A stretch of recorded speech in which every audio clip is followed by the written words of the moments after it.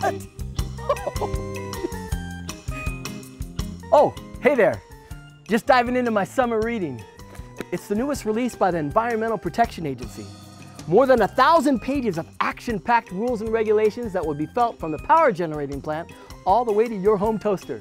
Now, before we jump into this page turner, let's get everyone up to speed on what's going on. The only job of our electric cooperative is to provide you, our member owners, with reliable energy at an affordable price. We do that by using an energy mix of the most affordable sources: clean coal, natural gas, wind, and hydroelectric power. Now, the Environmental Protection Agency, or the EPA, wants us to stop generating electricity with coal, our lowest cost power source, because it emits carbon dioxide, which they think causes global warming. For the last year, White River's been encouraging its members to let the EPA know we need a common sense energy plan that doesn't punish cooperatives. And boy, did our members come through. We've had 163,000 co-op members and other Missourians send emails to EPA saying we want an all-the-above energy strategy that includes clean coal. These co-op members from White River Valley really stepped up to the plate on this campaign. They are one of the leading co-ops in the country when it comes to making their voices heard at EPA. On behalf of all the electric co-op members in the state of Missouri, I want to thank you. So the co-op nation made our voices heard, but apparently we need to shout louder. With the EPA's big release, they're not only telling America's power companies how to generate electricity, they're mandating how much of that energy you can use. On June 2nd of this year, the EPA issued the most sweeping environmental rule in the history of the United States. It will affect every American in terms of reliability of their power supply and cost of their electric power. The whole point to the new regulations put down by the EPA is to cut carbon emissions by 30%. If the EPA wants our economy to be worse, this is one of the ways to do it. So, how does America reduce carbon emissions 30% by 2030? Well, actually, the EPA put that burden on the states. They assigned each state a carbon intensity target, anywhere from 10 to 70%. And each individual state has to figure out how to reduce emissions using 4 suggested steps. They call them the 4 building blocks. Building block number 1, make coal plants 6% more efficient. I think that some coal plants that's probably achievable, but Associated has already went into our coal plants, and we have already garnered some of those efficiencies that the EPA feels that you can go garner now. If there was 6% to be gained in a plant today, we would already be going after it just to reduce the cost of energy production and help make our electric bills lower.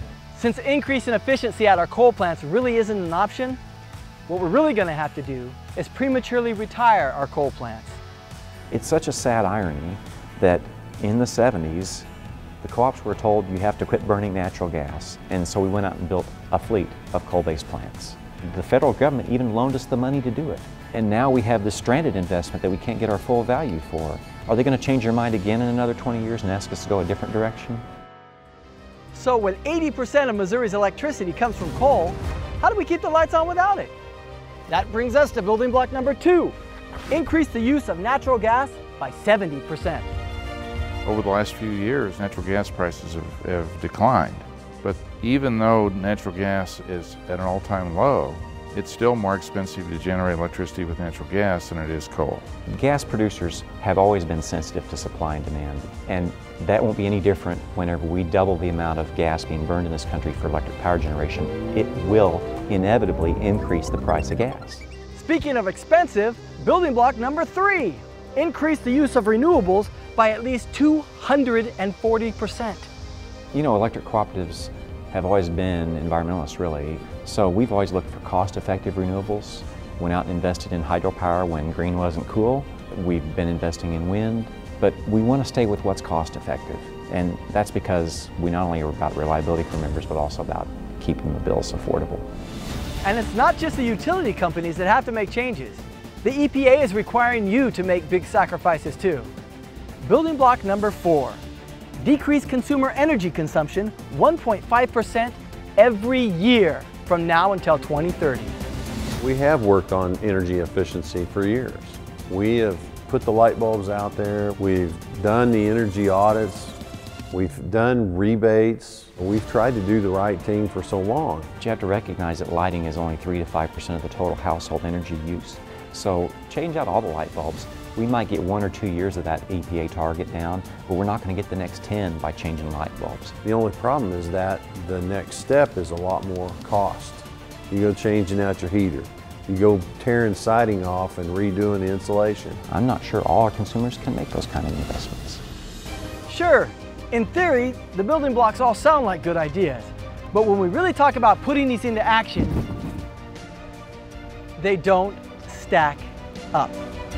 With all the EPA regulations that are out there, I feel it's White River's responsibility to at least educate our membership on what their responsibilities are through their electric rates. I'm not out here crying wolf, but what I am telling you is this is going to have a negative effect on your electric bill. We're not against any of this. We just want to do it in a cost-effective, reasonable way. We don't feel like this rule achieves that. The co-op nation believes the EPA's new regulations have America on the verge of an energy crisis and threaten the reliability of the electricity we've come to depend on. Having a diverse power supply reduces costs and it improves reliability. Coal's good at certain times, gas is good at certain times, wind is good at certain times. If we blend all those together, we can create a very reliable and low-cost network. During those really cold days last year, gas supplies were short, gas prices went through the roof. We didn't have brownouts or shortages of electricity because we were able to run those clean coal plants. So what's worse than unreliable electricity? Unreliable electricity that costs more. If you use your least expensive generation source, coal, and you replace it with a higher cost fuel like gas or wind, then your rates have to go up significantly. Today, we already have members that every month can't pay their bill. And just think how many more we're going to have when we increase their rates by 20%. And that's going to not only impact our residential consumers, but I really fear what it's going to do for some of our large industrial loads. The country's ready to make things again, but the country won't make things again if we don't have utility policies that show that building a factory here, making things here, creating jobs here makes sense. If we believe these new regulations would make a difference to the planet, cooperatives would be more than willing to step up and pay our share. With the EPA regulations, one of the things you have to back up and consider is that, okay, what is that money actually going to solve? It doesn't matter what you believe about climate change. You believe in it or don't believe in it, this rule doesn't make sense in either case. The United States emits 1/5 of the world's CO2. The utilities, 1/3 of that total, and this proposal is going to reduce that total by 1/5. So it's 1/5 of 1/3 of 1/5, which is 1%. The most difference you're going to make with this rule is 1% of global CO2 emissions. It's not going to make any difference to the planet. It's going to make a huge difference to our member owners. And of course, the rest of the world is going to burn our cheap coal to power their generators and their economies. If this is a worldwide problem, it deserves a worldwide solution. Every job we lose goes to somewhere that cares a whole lot less about what comes out of the smokestack than we do. So if we want to send jobs to China or Brazil or Mexico or India, this is the perfect way to do that. But the cooperatives aren't waving the white flag on this energy battle just yet. The EPA has allowed 120 days for the public to comment on these proposed regulations before they finalize the rule. We hope that realistically the Environmental Protection Agency will listen in the next 120 days and change these regulations that they've laid out that will make them somewhat achievable. When you go to that www.action.coop website and you click on that button, what you're really telling them is you're for affordable and reliable electricity in the state of Missouri, and you believe our nation needs an all of the above energy strategy which uses all energy sources available to us, including clean coal. Right now we're saying we might see a 20% cost increase.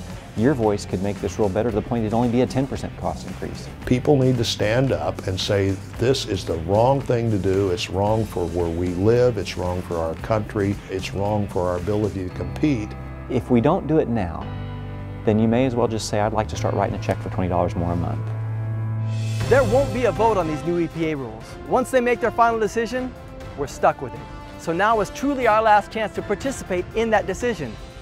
Don't let your voice be lost now. Co-op Nation is 42 million people. 42 million people that are strong when they decide to come together and make their voice heard. Little old co-op in southwest Missouri with 42,000 members, we make a whale of an effort when we work together. We will have a greener and cleaner power supply, no question about it. Let's just not move faster than the technology's ready, and let's not make people's bills go up or their reliability go down just to achieve a goal that's not really going to matter to the planet. October 16th, 2014. That's when the EPA's public comment period ends, and it's our last chance to influence the future of our electricity. Join the 500,000 Americans that have taken action. Fill out a postcard and go to action.coop today to make your voice heard.